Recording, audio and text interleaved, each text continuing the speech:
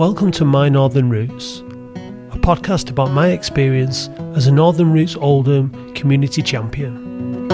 In this episode, I'll introduce myself, the Northern Roots Project, who's involved and what it's all about.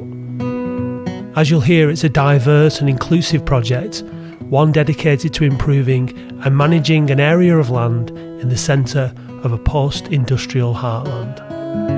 It's also a project that, for many of those involved, connects on a deeply personal level as we explore our heritage, our history and our environment.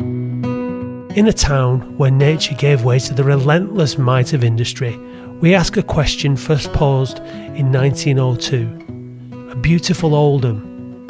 Why not? Welcome to My Northern Roots.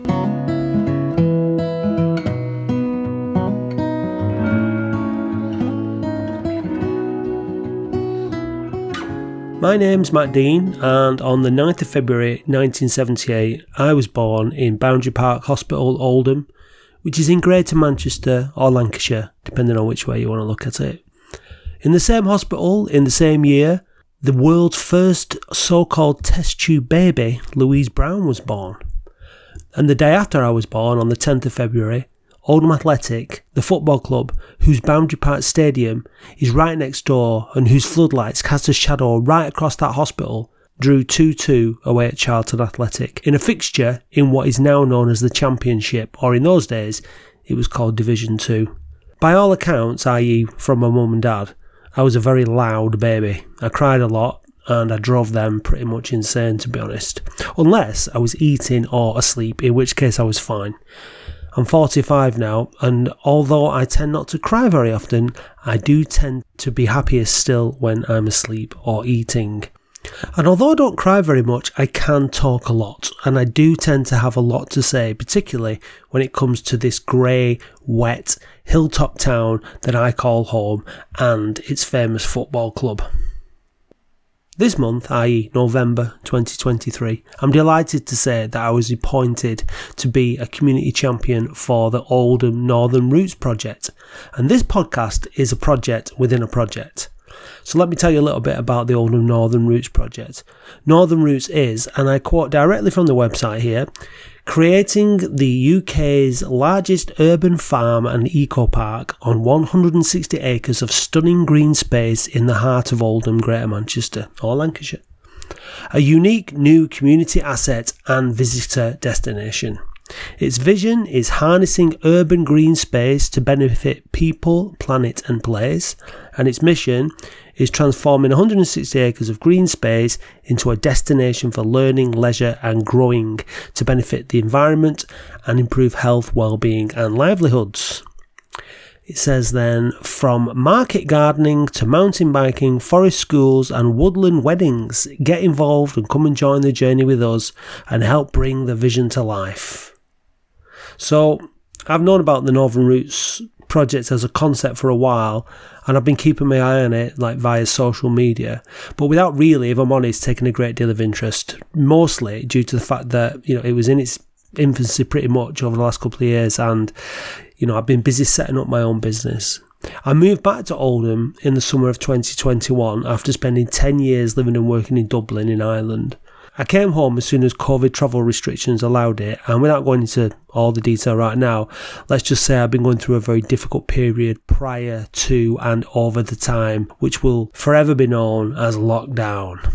Thankfully, there was something that kept me focused and my head above water and connected to my people back home during that period, and that was the Boundary Park Alert System, an Oldham Athletic fan podcast that I started in September 2020. To cut a very long story short, at this juncture, when I moved back to Oldham, I was the host of a successful, indeed now award-winning podcast, and was playing a leading role in what was a very turbulent time in the club's history.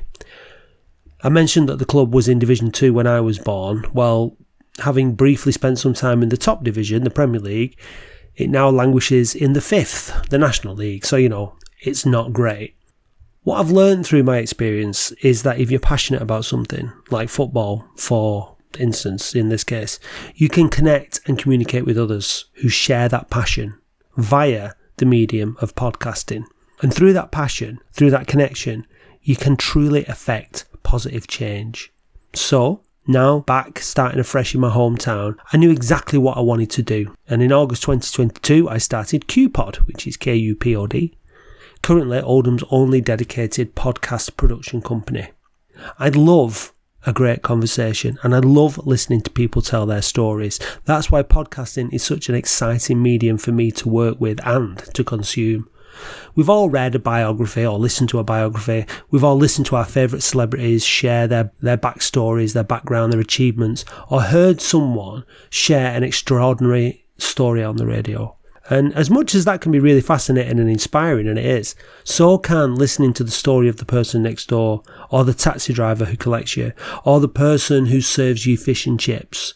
Everyone has an important story, and that story really is our legacy.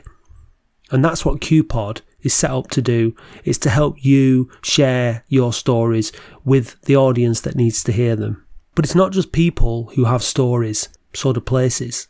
In fact, the two are completely intertwined like threads of DNA. You can't have one without the other. So fast forward to the present time, and how else would I document my experience as a Northern Roots community champion than by delivering it as a podcast? It just seems like the obvious thing to do. The Oldham Northern Roots project is about protecting, managing and loving a piece of land that stretches from what is virtually the town centre, surrounded by housing and industry across 160 beautiful acres. As part of my community champion role, it's important that I understand the history of this particular stretch of land, but it also goes beyond that. My interest stretches way beyond that.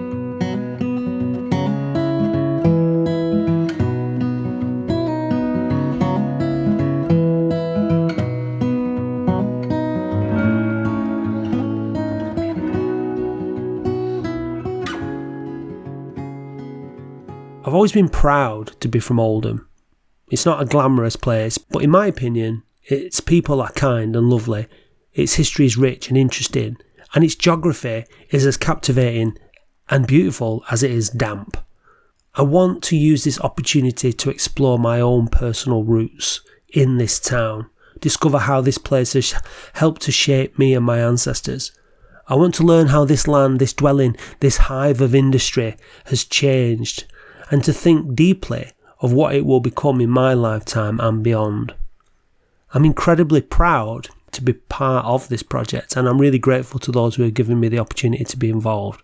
I want to ensure that over the next 6 months, I make the absolute most of the role I've been given, and I sincerely hope that whoever is listening to this will enjoy going on that journey, the journey of my northern roots with me.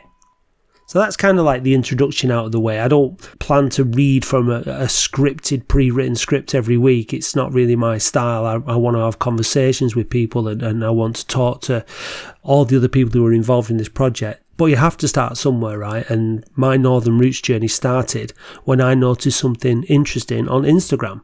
I was scrolling my life away as I do a few weeks ago, and I noticed a beautiful piece of artwork and the words, "The Beautiful Oldham Society."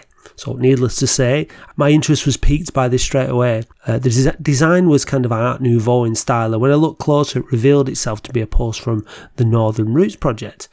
And they were recruiting for a project called Beautiful Oldham. Why not? Why not indeed? So I thought I'd message them directly and sort of see what happened. The Beautiful Oldham Why Not phrase is taken from the title of a letter written by Mary Higgs to the Oldham Chronicle newspaper in 1901. Mary described herself as student, pioneer, wife and mother, undercover tramp and social reformer. We'll have to come back to what that means, especially the undercover tramp bit, but it's really, really interesting. Her letter suggested that the then smoke-filled Lancashire town could indeed be turned into a beautiful city, something that no doubt other people thought was crazy, but not Mary.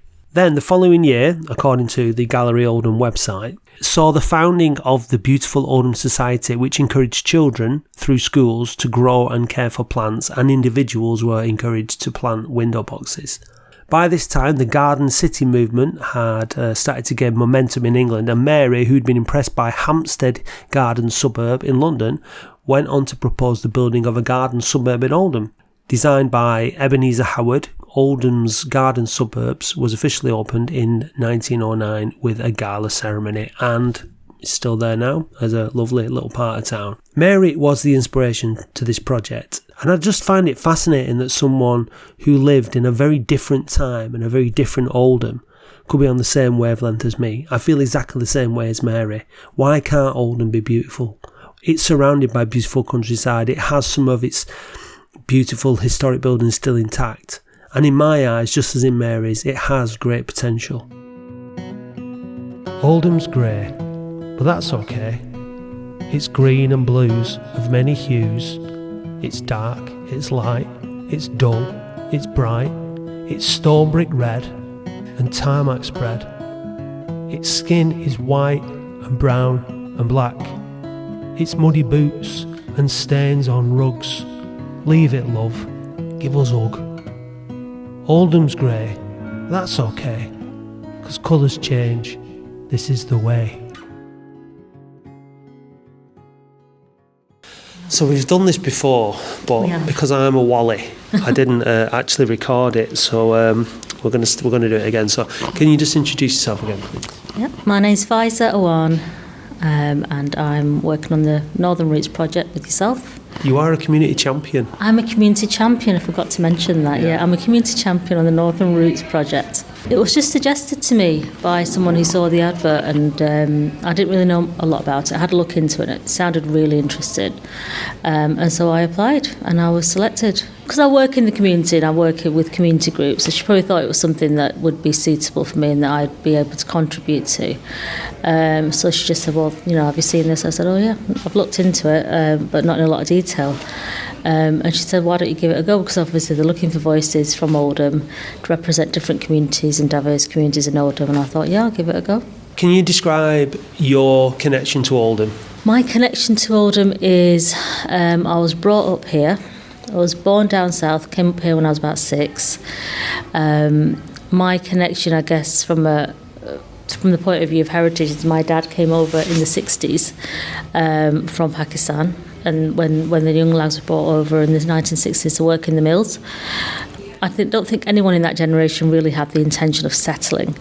But they came over, and then obviously I think they stayed for longer than was initially expected, and then they were encouraged to bring over spouses. And then my mum came over and we were born. Yeah, so that's my connection. I've been brought up here and lived here nearly all my life, most of my life. I've gone to school here and everything. Yeah. Well, that's your sort of physical connection. Like, what other connections do you have, like emotional connections or spiritual connections or anything that's slightly different? I'd say, to be honest, it's always been kind of...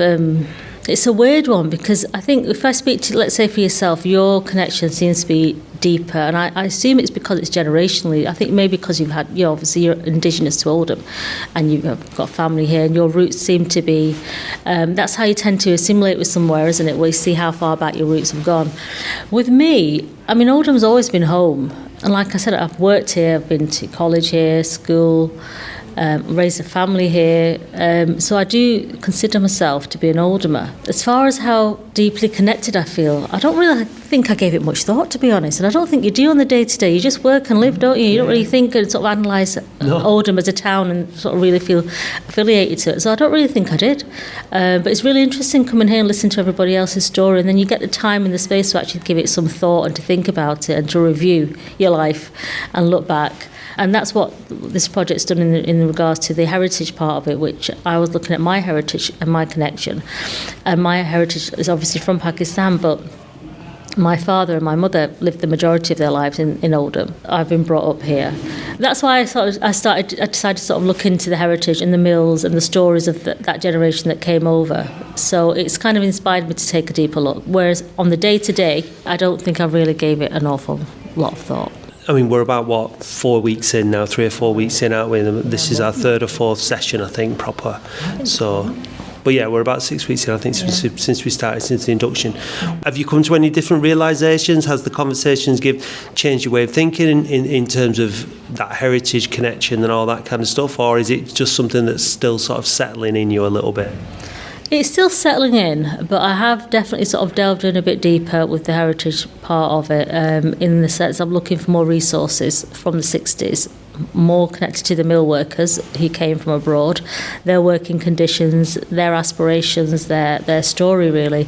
So yeah, I think I'm looking into it more deeply now that we're sort of going further into it, and I've decided to kind of focus on that generation, because I do think we're in danger of, we've lost a lot of them, and their stories are not really told. They haven't really been told, and probably along with a lot of other groups as well in the community. But I think it would be a good opportunity to tell their story and to learn about it, because growing up we heard bits and bobs here, but I think when you're young you don't really pay attention to it, whereas I'm older now, and I think you tend to look back a little bit more when you get to this point in your life and just respect history and heritage more.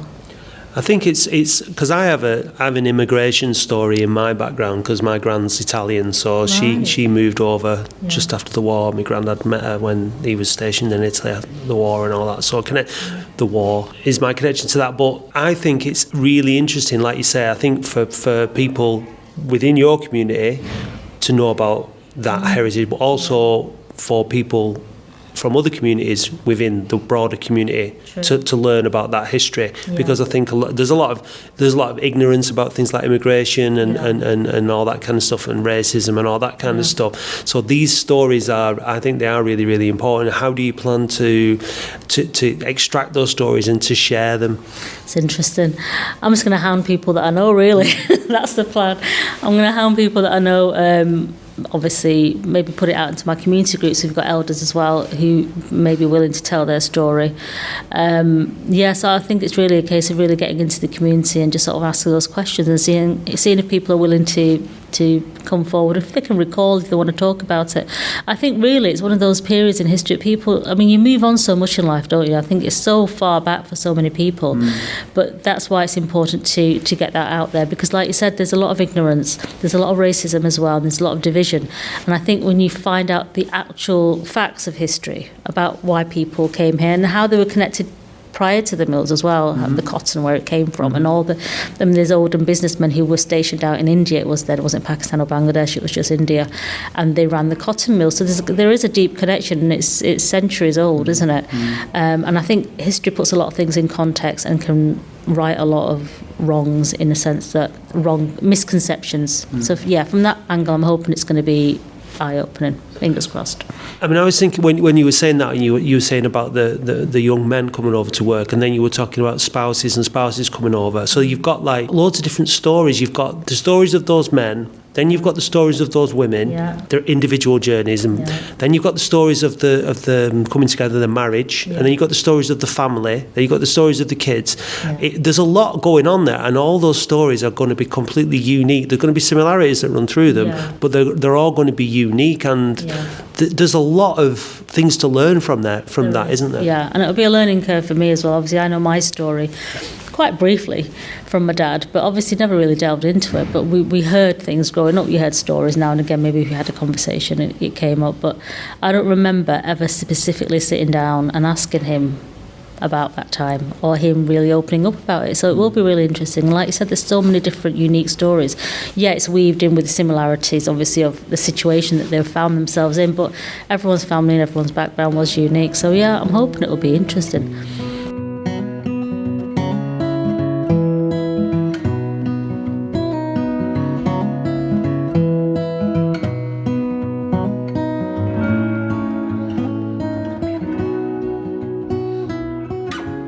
My name's Thomas Roach. I'm a community youth champion for Northern Roots. And as I said, my main expertise is in like creative and design and things like that. I am 21. I come from around the Oldham/Manchester area. And my creative background is, right now I've been studying at Oldham College, and recently I got like a merit in my graphic design course, and I've also taken part in numerous world skills competitions as part of the college as well. It came to me from another course I'm on right now, an employability course from the college. It came up to me and they said, is this something you're interested in? I looked at it, I was like, this will be some good experience for me, so I might as well apply and hope I can get the job. It's been quite enjoyable, if I'm being honest. I didn't expect to enjoy it as much as I did, but yeah, I enjoyed it. The people around here are pretty good, and it's kind of a nice relaxed atmosphere. And to be fair, my kind of already knew about this project because they came in for a graphic design competition in my college once, so I kind of had quite a bit of information on it. But I think the thing that shocked me is kind of like the grand scale of it all. Like, I didn't expect it to be like this massive and have this many plans for the future and stuff. So that's how I'd say, like, it shocked me overall. Well, my main ideas tend to focus around sports. So the main one I'm deciding to go with is like a multi-sports path route type thing. So you can use it for running, cycling, and other sorts of sport. You can even go there on like a normal day and just take a nice leisurely walk around the place. I'd say it's a big passion of mine. So you'd use this site for running and walking and that kind of thing? Yeah, exactly. I think it's going to be a good opportunity just to like get the community involved. You can go out, have a nice run with friends, and you can keep active and stay healthy and really help, everybody.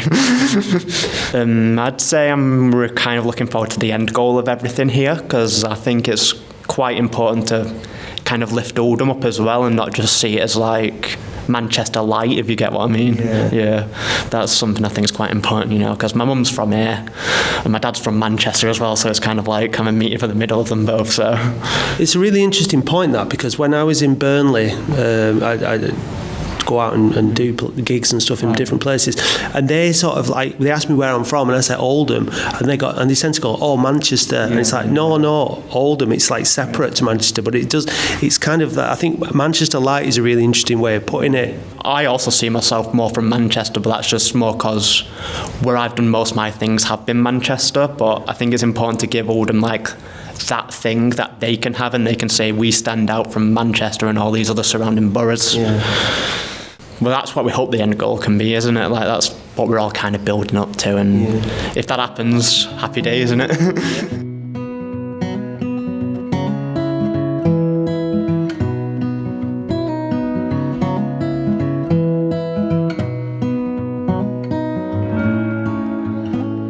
Hi, my name's Dawn. I'm a local resident of Oldham, have been all my life, and I'm one of the community champions here at Northern Roots. I've volunteered previously for the organisation, and so I followed them on Facebook and saw the vacancy advertised there, and I was like, I'd love to be more involved with this organisation. I really believe in what they're doing. What is it about the Beautiful Oldham? Why not? Because that's what got me with when I saw the post on Instagram, which was about Beautiful Oldham and this project, and it's something connected with me about it. What is it that made you sort of like, oh yeah, that sounds... Well, I did an environmental science degree back when I was pregnant with one of my daughters. I just got the urge to start saving the planet and doing more in terms of conservation and ecology, those kind of things. So when I found out there was a project in the town that was like-minded for, preservation and developing people's appreciation of nature, that's really what got me on board with it. How are you finding the whole thing so far? Yeah, I really enjoy it. Sometimes I'm like... I suppose because I'm a busy person with a busy life, sometimes it's like I get the urge to try and, can we just, but I like the pace. I like the pace. I appreciate it. Getting the input from professionals from outside, like the Salford University team and the team of branders that we saw today, and also just... It's great working in such a big group because you've got such a range and diverse backgrounds and ideas for the project and motivations that it makes it far more broad ranging than it would be if you were just a project manager on your own. It is a really diverse group, not just in terms of like ethnicity and sex and all this kind of stuff, just in terms of like, backgrounds and... the way that people see things, I think, is what I'm trying to say. The way that people interpret things and that kind of stuff. I work on my own, so I tend to want to do things at my own pace. But what I enjoy about coming here is just sort of sitting back and just letting other people kind of run it and do it and contributing in my own way. I'm really enjoying that. Yeah, likewise. I have very definite ideas about how I want to approach this role, and it's so refreshing to see all these different, ideas that come from completely different places than your own. It opens your own perspective and your understanding. Yeah, I love the variety. It's the spice of life, so they say. For me, it feels like one of those kind of like potentially life-changing opportunities and moments where I feel like it's connected me back into the town and my heritage, and this whole thing, this whole way of thinking, it's just something which has been sort of floating around in my mind for wanting to do but not actually had like an opportunity to do it. This has created that opportunity, and so it feels like it's plugged me into something which I'm really excited about and really want to keep going. What's the first 6 weeks been like for you from that point of view? Has it had any kind of a profound experience on you, or are you kind of like just warming up slowly into it, or what? A bit of both, I'd say. Like I said, what the impression for me, the more strong impression has been of the diversity and us all coming together under one common cause. I love that. Some of the workshops and some of the information that we've been given about the history of the site, the history of Oldham, those have been quite profound because there were things I just didn't know. So it's really nice to connect with those things that bring you to today. I mean, even the fact that this town was a rainforest 300 million years ago, like, makes you feel like a speck in the ocean in terms of the universe and time and everything. It's, it's nice being part of something that also it's going against that extra, the industrialisation and the, turning everything into a concrete jungle, because nature provides for us so much. The least we can do is give something back. I really like the idea of this project spreading throughout the town in terms of like what it can do and claiming back some of the former industrial, because obviously there's huge pressure to build houses and all that kind of stuff, and keeping green spaces and seeing trees and plants and things grow in harmony with the built environment as opposed to the built environment destroying it. Do you think there's much potential for that in the legacy of this project? I do hope so. From the roots that are being put down now, and from what I've been seeing and hearing and reading about the organisation, then I definitely think it's going to be a preserved land for some time to come. You're correct in saying like more people equals more need for housing.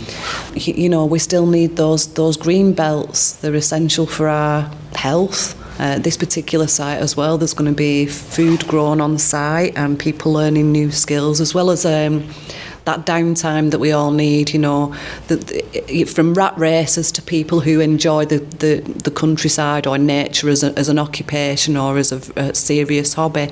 I think it's going to be a wonderful site for everybody. I think so too. I think it's going to be a place where people are going to come from outside the area, people from the area are going to use it, and I think it's going to be a place that we're all going to be very proud of. After the next meeting, I want to find out about your projects, because we're going to talk about that a bit more, aren't we? So have you got? Can you give us a brief idea about what you're going to do in the community from next year? Yeah, sure. So my ideas were basically from the eco point of view and trying to consider groups who are going to support that, groups who already are quite ecologically aware, groups like ramblers or nature groups, bird watchers, all groups who already have an interest in preserving and respecting nature, just to keep the feel the same. I don't want it to be an untouched place. I'd love to see people enjoying it, on a regular basis, but I know that the groups that I want to approach are still going to respect it. We're not going to get littering issues or people creating issues there. So that was my main idea, keep it simple and keep it natural. I think it's going to be an interesting thing to see evolve, like how people want to use a space like this, how people want to see it transformed, how you keep a certain amount of integrity, and that whole kind of, there's going to be a lot of back and forth, I think, in terms of discussion and debate and ideas, and like people with different views. It might get quite interesting and heated maybe at some points, in terms of like what kind of things might be put on here, what kind of things might be built, and all that kind of stuff. What do you think about the plans that you've seen so far, and do you think that is it going in the direction that you would like it to? Yeah, I think they've done a lot of careful consultation with environmental groups, people who legislate, and organisations who understand and analyse, land types, soil types, the species here.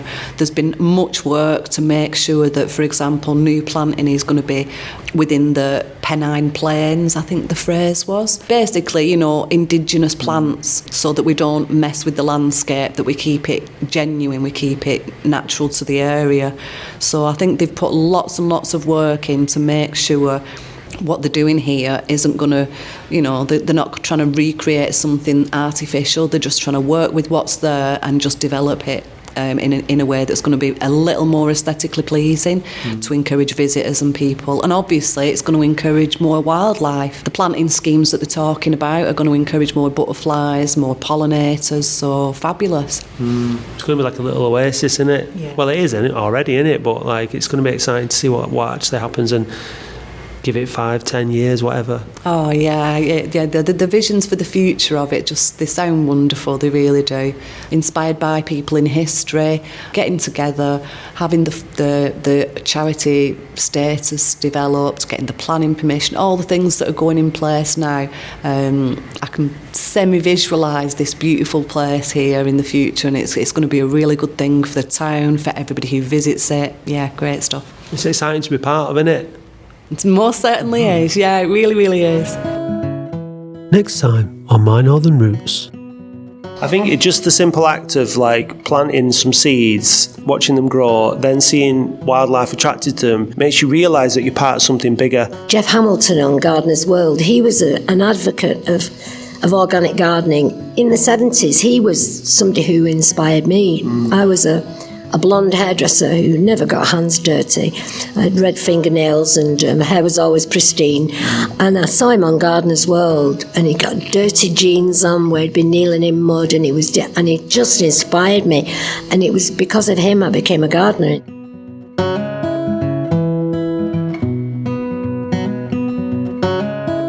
The Beautiful Oldham Why Not project is a Northern Roots project funded by the National Lottery Heritage Fund. If you'd like to learn more about Northern Roots, please visit northern-roots.uk. This podcast has been hosted, recorded, edited and produced by Matt Dean of QPod, Oldham's only dedicated podcast production company. For more info, please visit kupod.co.uk.